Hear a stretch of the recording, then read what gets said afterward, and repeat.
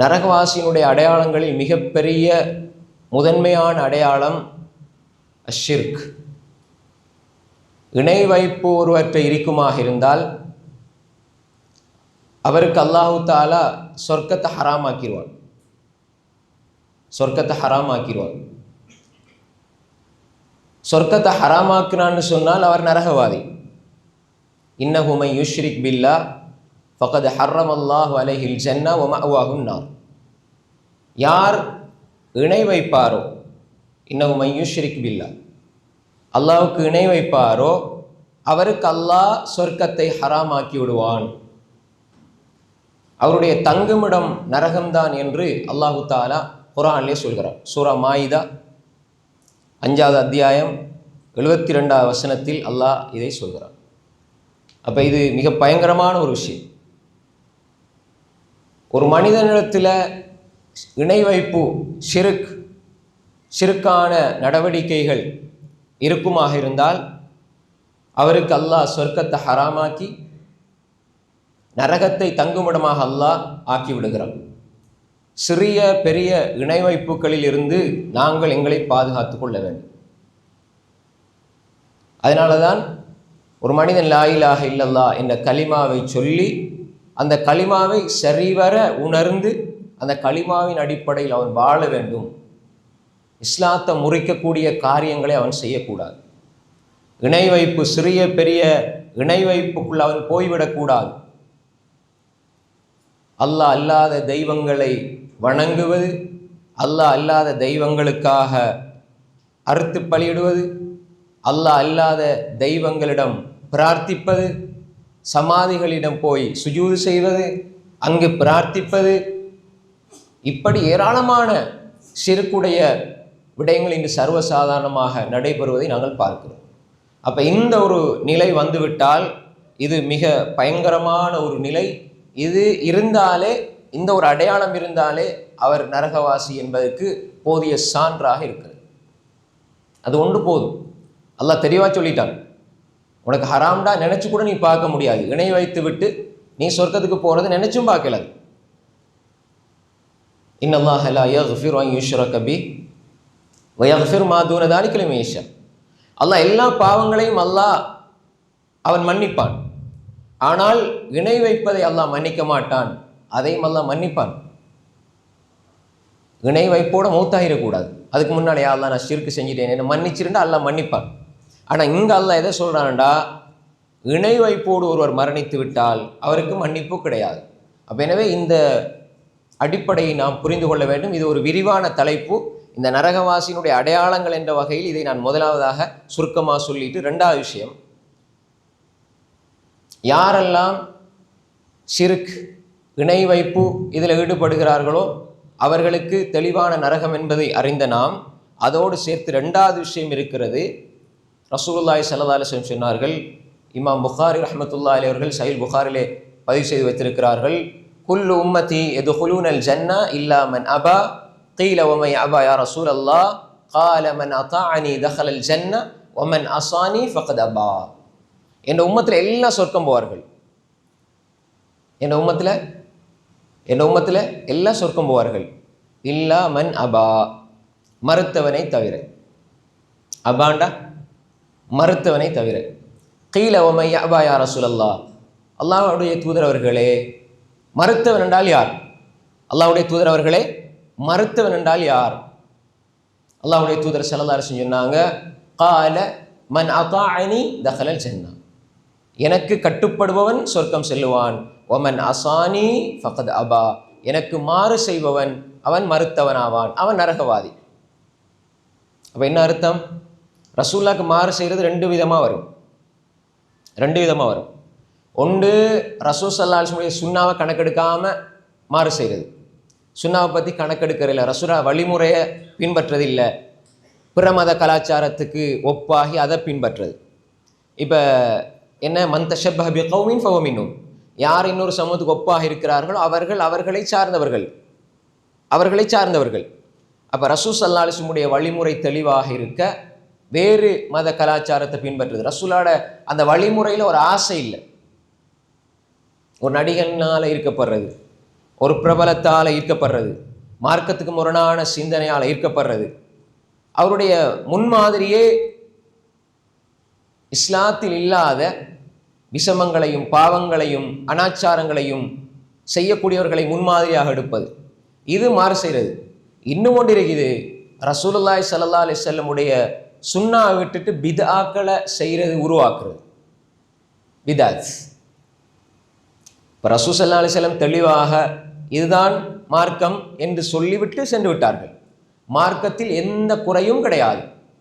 அல் யௌம அக்மல்து லக்கும் தீனக்கும், அல்லாஹ் சொல்றான், தீனை நான் பூர்த்தி ஆக்கிட்டேன். வ அத்மம்து அலைக்கும் நிஅமதி, என்னுடைய நிஅமத்தையும் உங்களுக்கு பூர்த்தி ஆக்கிட்டேன். தீன் பூர்த்தியானது.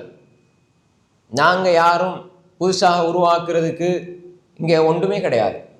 இருக்கிறத பின்பற்றிட்டு போகணும். யாரெல்லாம் பித்அத் செய்வார்களோ, பித்அத்துகளை உருவாக்குவார்களோ, பித்அத்தில் அதை கண்டும் காணாத மாதிரி அதை வாழ்க்கையில் எடுத்து செயல்படுத்துவார்களோ அவர்கள் ரசூலாக்கு மாறு செய்து விட்டார்கள். நீங்கள் ரசூலா பின்பற்றுங்க. அல்லாஹ் நேசிக்கிறீங்களா, நீங்கள் உண்மையில் அல்லாஹ் நேசிக்கிறீங்களா இருந்தால் ரசூலா பின்பற்றுங்க, உருவாக்காதீங்க. குல் இன் குன்தும் துஹிப்பூனல்லாஹ் ஃபத்தபிஊனி யுஹ்பிபுக்குமுல்லாஹ். நீங்கள் உண்மையிலே அல்லாஹ் நேசிக்கிறீங்களா இருந்தால் நீங்கள் என்ன பின்பற்றுங்க. ரசூல் ஸல்லல்லாஹு அலைஹி வஸல்லம் சொல்கிறாங்க, என்ன பின்பற்றுங்க, ரசூலா பின்பற்றுங்க, நீங்கள் உருவாக்காதீங்க. அப்போ எனவே ரெண்டாவது நரகவாசியினுடைய அடையாளம் ரசூலுல்லாவுக்கு மாறு செய்வார். இந்த மாறு செய்தல் இரண்டு விதமாக வருகிறது. ஒன்று, ரசூலுல்லாஹ்வுடைய சுன்னாவை விட்டுட்டு வேறு மதத்தவர்களுக்கு ஒப்பாக தன்னுடைய வாழ்க்கையை அமைச்சு கொள்வது. ரெண்டாவது, மார்க்கத்தில் நல்லம் என்று நினைச்சு சிந்தனையை போட்டு நாங்கள அமல்களை உருவாக்கி பித்அத்துகளை உருவாக்குவது செய்வது. இதுவும் ரசூலுல்லாஹ்க்கு மாறு செய்கிறது. ரசூலுல்லா சந்தோஷப்படுவாங்களா? ரசூல் ஸல்லல்லாஹு அலைஹி வஸல்லம் ஒரு வழிமுறையை காட்டி, ரசூல் ஸல்லல்லாஹு அலைஹி வஸல்லம் ஒரு வழிமுறை எங்களுக்கு சொல்லி தந்திருக்க, நாங்கள் அதை செய்யாமல் விட்டு போட்டு நாங்களா புது புது அமல்களை செஞ்சுட்டு போனால் ரசூலுல்லா சந்தோஷப்படுவாங்களா? அல்லாஹ் தஆலா சந்தோஷப்படுவானா? இல்லை.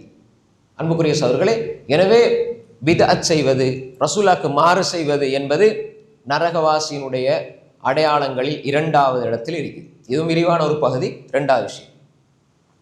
மூன்றாவது, ரசூல் ஸல்லல்லாஹு அலைஹி வஸல்லம் ஆதாரபூர்வமான ஒரு நபிமொழி. ரசூல் ஸல்லல்லாஹு அலைஹி வஸல்லம் சொன்னாங்க, அலா உஹ்பிருக்கும் பி அஹ்லின் நார். முன்னுக்கு சொர்க்கவாதிகளை பற்றி கேட்குறாங்க, சொல்லி போட்டு அவங்க சொர்க்கவாதிகள் இவங்க தான்னு சொல்கிறாங்க. ரெண்டாவது கேட்குறாங்க, அலா உஹ்பிருக்கும் பி அஹ்லின் நார். நரகவாசிகள் யாரு, நரகவாசிகளுடைய பண்பு என்ன என்று நான் உங்களுக்கு சொல்லித்தரவான்னு கேட்டாங்க. கேட்டு போட்டு ரசூலுல்லாஹ் 3 பேரை சொன்னாங்க. இந்த 3 பேரும் நரகவாதிகள். இந்த 3 பேரும் நரகவாதிகள். அன்புக்குரிய சகோதரர்களே, நரகவாசிகள் என்று ரசூல் ஸல்லல்லாஹு அலைஹி வஸல்லம் சொன்னதை பார்த்தா நீங்கள் யோசிப்பீங்க, நான் இந்த ஒரு விஷயத்தை ரசூல் அப்படி கடினமாக சொன்னாங்களா அப்படின்னு. சொன்னாங்க உத்துல், அடுத்து சொன்னாங்க ஜவ்வால், அடுத்து சொன்னாங்க முஸ்தக்பிர். இந்த 3 பேரும் நரகவாதிகள். இந்த 3 பண்புடையவர்களும் நரகவாதிகள் என்று சொன்னாங்க ஸல்லல்லாஹு அலைஹி வஸல்லம். புகாரி முஸ்லிம் வர செய்தி. ஒன்று உத்துல்னா என்ன? கடினமான இறுக்கமான போக்கு, கடினமான கடுகடுத்த முகம், அதே மாதிரி வார்த்தை, அதே மாதிரி நடத்தைகளில் ரொம்ப இறுக்கமாக இருக்கிற கடின போக்குடையவர்கள். இது இன்னொரு பகுதி இருக்குது, மார்க்க விஷயம். மார்க்க விஷயத்தில் கட் அண்ட் ரைட் ஆகிக்கணும், அதுதான் அடிப்படை.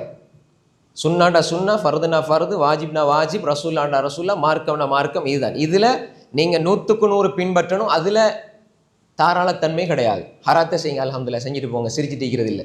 இந்த இடத்துல நீங்கள் கடினமாக இருப்பது தான் சிறந்தது. இந்த பண்பு என்பது மனிதர்களோட பழகும் பொழுது, வீட்டுக்குள்ள, குடும்பத்தில், நம்மட சகோதரர்களோட, பிற மனிதர்களோட மென்மையாக நடக்கிறது சொர்க்கவாதியினுடைய ஒரு பண்பு. இதுக்கு மாற்றமானது. ஆனால் இங்கே சொல்லப்படுறது உத்துல், கடினமாக இருப்பார், கட்டுக்கடுப்பாக இருப்பார், சம்மந்தமே இருக்காது, சும்மா கோவத்தில் இருப்பார். எப்பயுமே கோவம் தான், சிரித்து பேசுறதே இல்லை, எப்பயுமே கோவம். நீங்கள் பல பேரை பார்ப்பீங்க. அப்போ இது ரசூல நரகவாசியோட பண்புன்னு சொன்னாங்க. நரகவாசியோட பண்புன்னு சொன்னாங்க. அன்புக்குரிய சகோதரர்களே, ஒரு மனிதனிடத்தில் அல்லாஹு தாலா மென்மையை உண்டாக்குறது என்பது, மென்மையான குணம் இருக்கிறது என்பது அல்லாஹ்வுடைய ரஹ்மத்தால் ஏற்படுறது. மென்மை இருக்கணும், கருணை இருக்கணும். எல்லாரையும் கடினமான வார்த்தைகளை பயன்படுத்தக்கூடாது. அதே மாதிரி சிறியவர்களோட இரக்கமாக இருக்கணும், பெரியவங்களோட மரியாதையாக நடந்து கொள்ளணும். இந்த பண்பு எடுபட்டால் கல் நெஞ்சம், கடின போக்கு வந்துட்டா எல்லா இடத்துலையும் பிரச்சனைப்படுத்துறது, எல்லா இடத்துலையும் சண்டை, எல்லா இடத்துலையும் பிரச்சனை, எல்லா இடத்துலையும் சண்டை. அவர் அந்த இடத்துல இருந்தால் ஏதோ ஒரு பிரச்சனையை கிளப்பி தான் இருப்பார். எல்லாத்தையுமே கடின போக்கோட கையாளுவார். லேசாக கடந்து போகிற விஷயங்களை எல்லாம் தூக்கி பிடிச்சி பார்த்தீங்களா அப்படி இப்படின்னு சண்டை உண்டாக்குவார். இது நாங்கள் நினச்சிட்டு இருக்கிறோம், அவர் நல்ல முகத்துக்கு முன்னுக்கு பேசுகிறாள், எதையுமே ஓப்பனாக சொல்லிடுவார், அதை பெருமையாக நாங்கள் சொல்கிறோம். இது பெருமை இல்லை. இது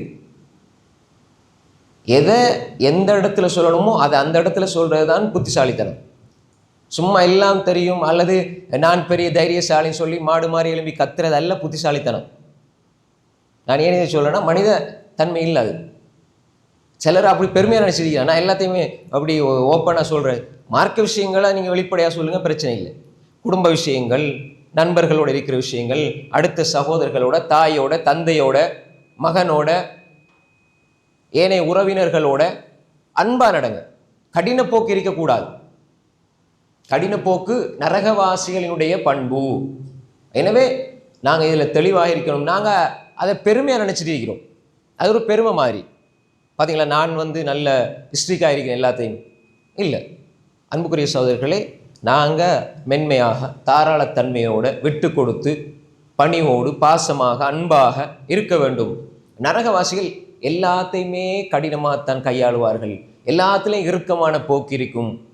யாரை கண்டும் சிரிக்க மாட்டேன். ஒரு மனிதனை பார்த்து புன்னகைக்கிறது சதகா, ஒரு மனிதனை பார்த்து சலான் சொல்கிறது நன்மைக்குரிய விஷயம், ஒரு மனிதனுக்கு நல்ல வார்த்தையை சொல்கிறது தர்மம்.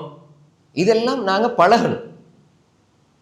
அன்புக்குரிய சகோதரர்களே, எப்பயுமே கடுகடுத்த முகத்தோடு தான் இருக்கணும், பிறரோட சண்டை பிடிக்கணும், பிரச்சனைப்படணும் அப்படின்னு நாங்கள் ஒரு காலம் யோசிக்கக்கூடாது. அது நல்ல பழக்கம் அல்ல, நல்ல பண்பு அல்ல. இது ஒரு விஷயம்.